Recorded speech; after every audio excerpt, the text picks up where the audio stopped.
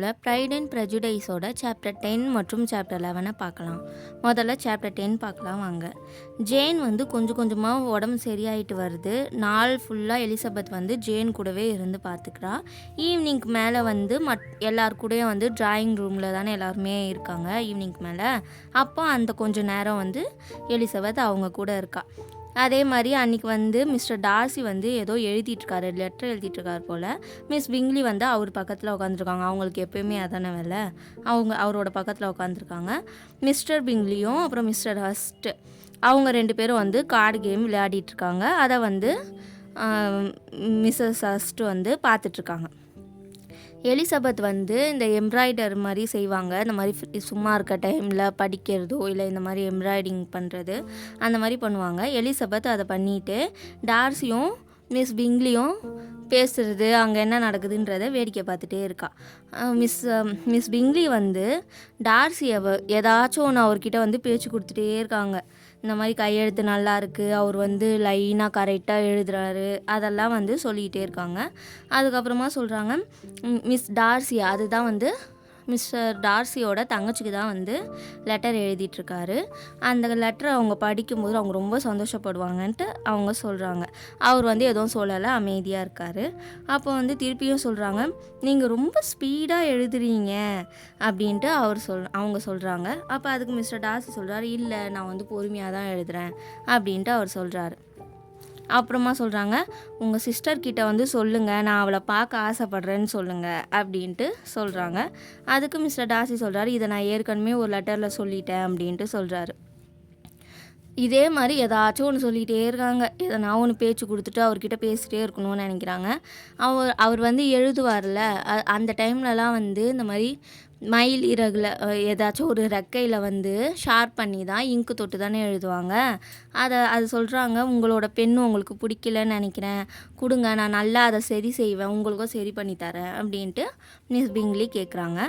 அதுக்கு mister Darcy சொல்கிறாரு, thanks, ஆனால் என்னோட விஷயத்த என்னோட இதை நானே பார்த்துக்குவேன் அப்படின்ட்டு அவர் சொல்கிறாரு. திருப்பியும் அவங்க இதை சொல்லுங்கள் அதை சொல்லுங்கள் அப்படி சொல்லும்போது அதுக்கு அவர் சொல்கிறாரு, நான் இன்னும் அடுத்த லெட்டர் எழுதும் போது இதெல்லாம் நீங்கள் சொல்கிறீங்களா, ஏற்கனவே இந்த லெட்டரில் இடம் இல்லை, நான் கொஞ்சம் சொல்ல வேண்டியது இருக்குது அப்படின்ட்டு அவர் சொல்கிறாரு. ஓ சரி சரி, அது ஒன்றும் பிரச்சனை இல்லை, நான் எப்படியும் அவளை ஜான்வரியில் பார்க்க தானே போகிறேன் அப்படின்ட்டு சொல்கிறாங்க மிஸ் பிங்லி. நீங்கள் எப்பவும் இப்படி ரொம்ப நீளமாக ஆனால் ரொம்ப வசீகரமாக கவர்ற மாதிரி லெட்டர் எழுதுறீங்க அப்படின்ட்டு சொல்கிறாங்க மிஸ் பிங்லி. இந்த மாதிரி பெரிய கடிதத்தெல்லாம் ஈஸியாக எழுதுகிறவங்க கண்டிப்பாக சூப்பராக லெட்டர் எழுதுவாங்க அப்படின்ட்டு நான் நினைக்குவேன் அப்படின்ட்டு சொல்கிறாங்க மிஸ் பிங்லி. அதுக்கு மிஸ்டர் பிங்லி சொல்கிறாரு, அவர் ஒன்றும் சுலபமாலாம் ஒன்றும் எழுத மாட்டார், அவர் நிறைய இந்த மாதிரி வேர்ட்ஸு அது அதான் எழுதும்போது எதுகை மூனை அந்த மாதிரிலாம் வர மாதிரி சில வார்த்தைங்களெல்லாம் படித்து தெரிஞ்சுக்கிட்டு அதெல்லாம் அவரோட கடிதத்தில் யூஸ் பண்ணுவார் அப்படின்ட்டு சொல்கிறாரு மிஸ்டர் பிங்லி. ஆமாம் தானே டார்சி அப்படின்றாரு. அதுக்கு அவர் சொல்கிறாரு, நான் எழுதுகிற விதமும் நீங்கள் எழுதுகிற விதமும் வேறு வேறு மாதிரி அப்படின்ட்டு அவர் சொல்கிறாரு. அதுக்கு மிஸ் பிங்லி சொல்கிறாங்க, ஓ இந்த சார்லஸ் கடிதத்தை ரொம்ப கவனமே இல்லாமல் எழுதுவான், பாதி வார்த்தையை விட்டுருவான் அப்படின்ட்டு மிஸ் பிங்லி சொல்கிறாங்க. அதுக்கு மிஸ்டர் பிங்லி சொல்கிறாரு, எனக்கு எழுதும்போது எனக்கு நிறைய தோணும், நிறைய சொல்லணும்னு தோணும், ஆனால் டைம் இருக்காது, அதனால தான் என்னவோ நான் எழுதுகிற கடிதத்தை படிக்கிறவங்களுக்கு சில டைம் அது ஒன்றுமே புரியாமல் போயிடும் அப்படின்ட்டு மிஸ்டர் பிங்லி சொல்கிறாரு. அதுக்கு எலிசபெத் சொல்கிறா, இது கண்டிப்பாக நீங்கள் ரொம்ப தன்னடக்கமாக பேசுகிறீங்க அப்படின்ட்டு எலிசபெத் சொல்கிறா. அதுக்கு மிஸ்டர் டார்சி சொல்கிறாரு, தன்னடக்கத்தை விட வேறு ஏமாத்து வேலை வேறு எதுவுமே கிடையாது. ஒருத்தவங்க நம்ம மேலே ஒரு கருத்தை வைக்கிறாங்கன்னா அதை இந்த மாதிரி ஏதாச்சும் ஒன்று சொல்லி அவங்க தற்பெருமை கொள்வது தான் இந்த தன்னடக்கத்துக்கான அர்த்தமே அப்படின்ட்டு மிஸ்டர் டார்சி சொல்கிறாரு. இப்படி ஒரே பேச்சுவார்த்தை, அதை பற்றியான பேச்சுவார்த்தை போயிட்டே இருக்குது. மிஸ்டர் பிங்லிக்கு ஒரு சொந்தமாக டக்குன்னு யோசிக்கிற மாதிரி எதுவும் இல்லை. யாருன்னா ஏதாச்சும் ஒன்று சொன்னாங்கன்னா அதை அப்படியே மறு பேச்சு இல்லாமல் செஞ்சுருவார் அப்படின்ட்டு மிஸ்டர் டார்சி சொல்கிறாரு. அது அவருக்கு அது கொஞ்சம் அஃபெண்ட் ஆகுது. அந்த மாதிரிலாம் இல்லை சொல்லிவிட்டு அவர் சொல்ல இது அப்படியே அவங்களுக்குள்ள ஒரு விவாதம் மாதிரி பெருசாக போயிட்டு இருக்குது. எலிசபெத்தும் நடுவில் வந்து மிஸ்டர் பிங்லிக்கு கொஞ்சம் சப்போர்ட்டாகவே அவள் ஒரு பக்கம் பேசிகிட்டு இருக்கா. இது அப்படியே ஒரு பெரிய இதுவாக போகுது. அப்போ வந்து மிஸ்டர் பிங்லி வந்து ஏதோ ஒரு மிஸ்டர் டார்சி இவரை வந்து இது பண்ணுற மாதிரி பேசுகிறாரு. மிஸ்டர் பிங்லி வந்து மிஸ்டர் டார்சியை இது பண்ணுற மாதிரி ஏதோ ஒன்று சொல்லவும் உடனே மிஸ்டர் டார்சி வந்து சொல்கிறாரு, உனக்கு வந்து நீ என்ன பண்ணுறேன்னு எனக்கு புரியுது, உனக்கு வந்து இப்போ வந்து இதை வந்து ஆர்கியூமெண்ட் பண்ண உனக்கு பிடிக்கல, இதை நிறுத்தணும்னு நினைக்கிற, அதனால் என்னென்னமோ சொல்கிற அப்படின்ட்டு அவரும் சொல்கிறாரு. அதுக்கு மிஸ்டர் பிங்லி சொல்கிறாரு, ஒரு வேளை இருக்கலாம், நான் வந்து இந்த ரூம்லேருந்து போனதுக்கப்புறம் நீங்களும் மிஸ் எலிசபெத் பென்னட்டும் என்ன வேணால் பேசிக்கோங்க என்னை பற்றி, எனக்கு வந்து அது பிடிக்கல அப்படின்ட்டு அவர் சொல்கிறாரு. உடனே எலிசபெத் வந்து நீங்கள் சொல்கிறது புரியுது, அவர் வந்து அவரோட கடிதத்தை எழுதி முடிக்கட்டும் அப்படின்ட்டு எலிசபெத் சொல்கிறான். மிஸ்டர் டார்சி வந்து அப்புறமா ஒரு லெட்டர்லாம் எழுதி முடித்ததுக்கப்புறமேட்டு எலிசபெத் கிட்டேயும் மிஸ் பிங்லி கிட்டேயும் வந்து சொல்கிறாரு, இந்த மாதிரி ஏதாச்சும் மியூசிக் பண்ணுங்கள், பியானோ வாசித்து பாட்டு ஏதாச்சும் ஒன்று பண்ணுங்கள் அப்படின்ட்டு அவர் கேட்குறாரு. அவரும் வந்து கேட்டதும் உடனே வந்து மிஸ் பிங்லி வந்து எந்திரிச்சு போயிடுறாங்க.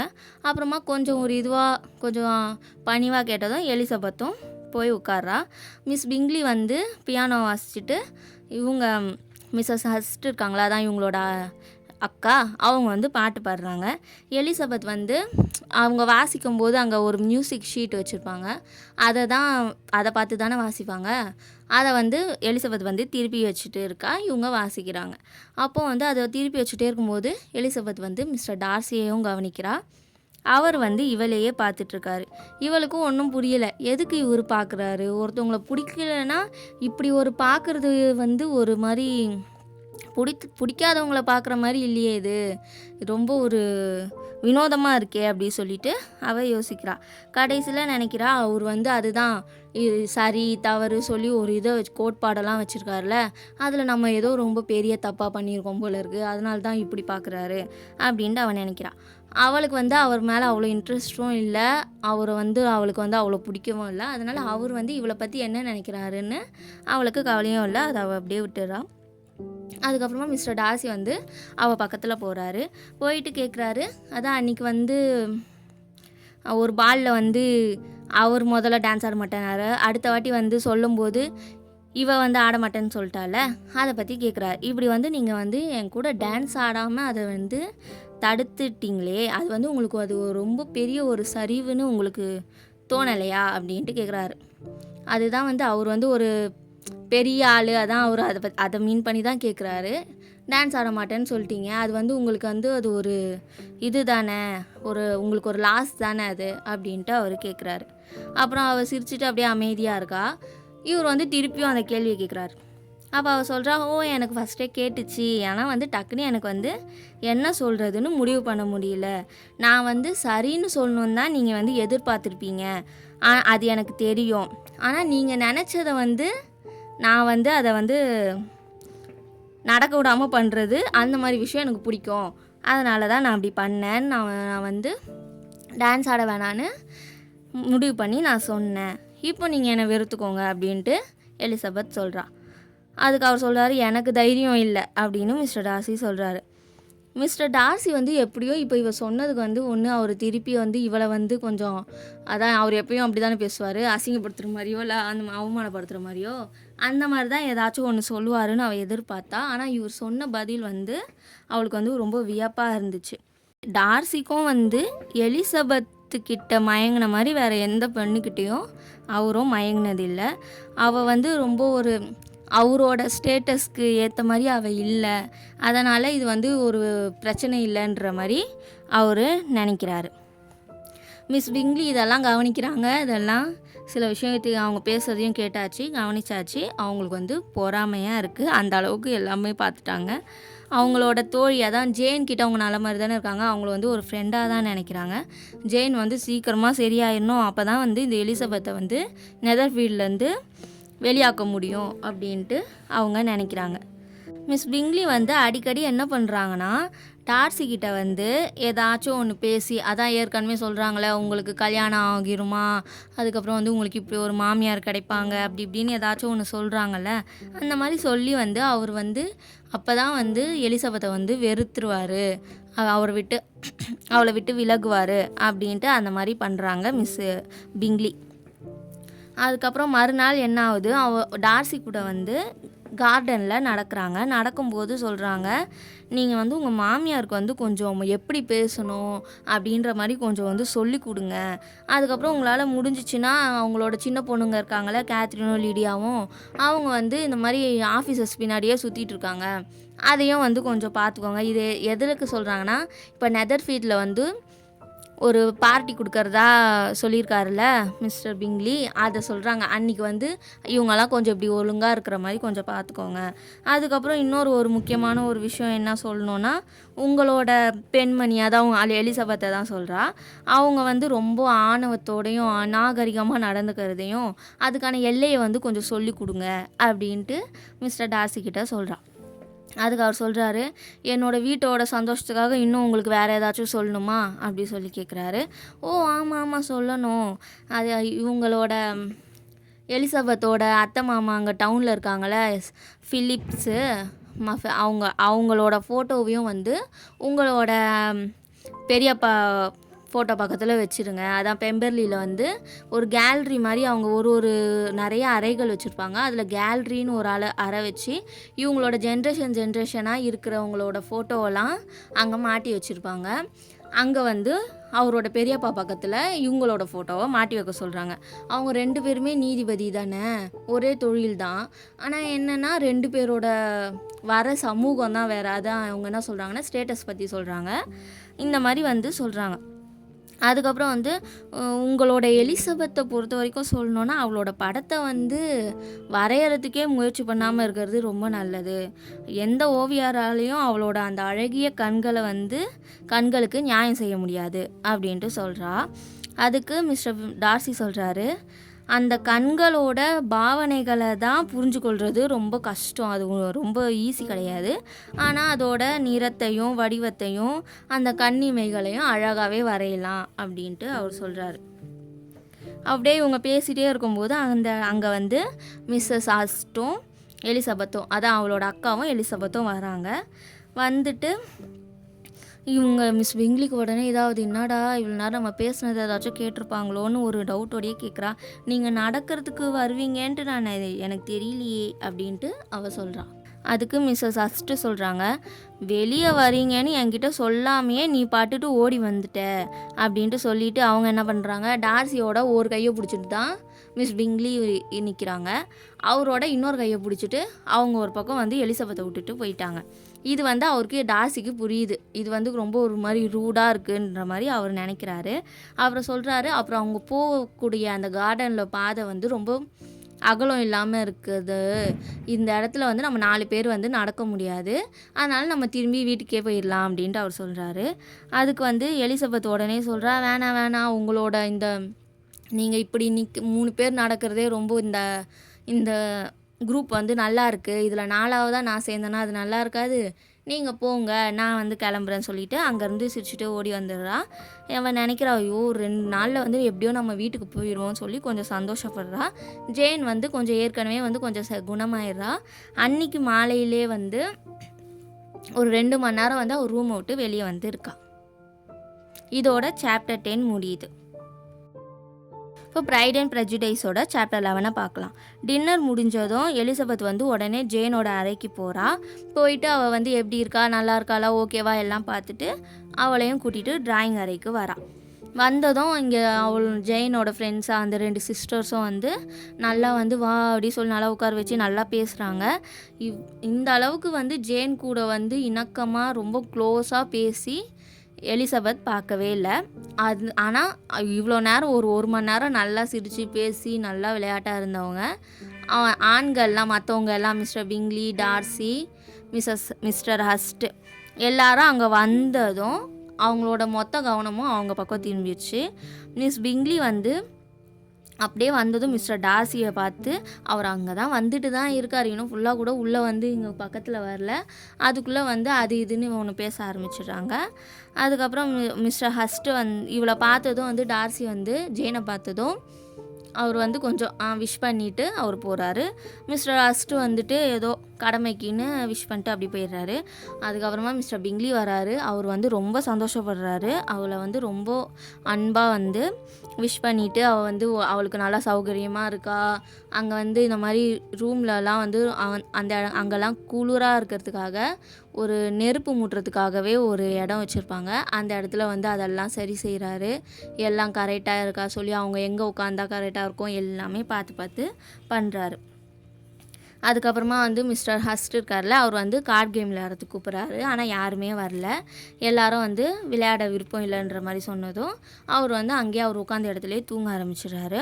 மிஸ்டர் டார்சியும் மிஸ் பிங்லியும் புக் எடுத்து படிக்கிறதுக்கு உட்காடுறாங்க. உண்மையை சொல்லணுன்னா டார்சி தான் படிக்கிற ஒரு எண்ணத்தோடு இருக்கார்.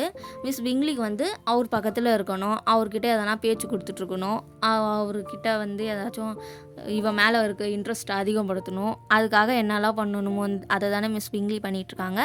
அதுக்காக அவங்களும் ஒரு புக் எடுத்துகிட்டு அவர் பக்கத்தில் போய் உட்காந்துக்கிறாங்க. ஆனால் வந்து அவர் வந்து இவங்க என்ன தான் பேச்சு கொடுத்தோம், அவர் வந்து ரொம்ப ஆர்வமாக புக்கு படிச்சிட்ருக்காரு.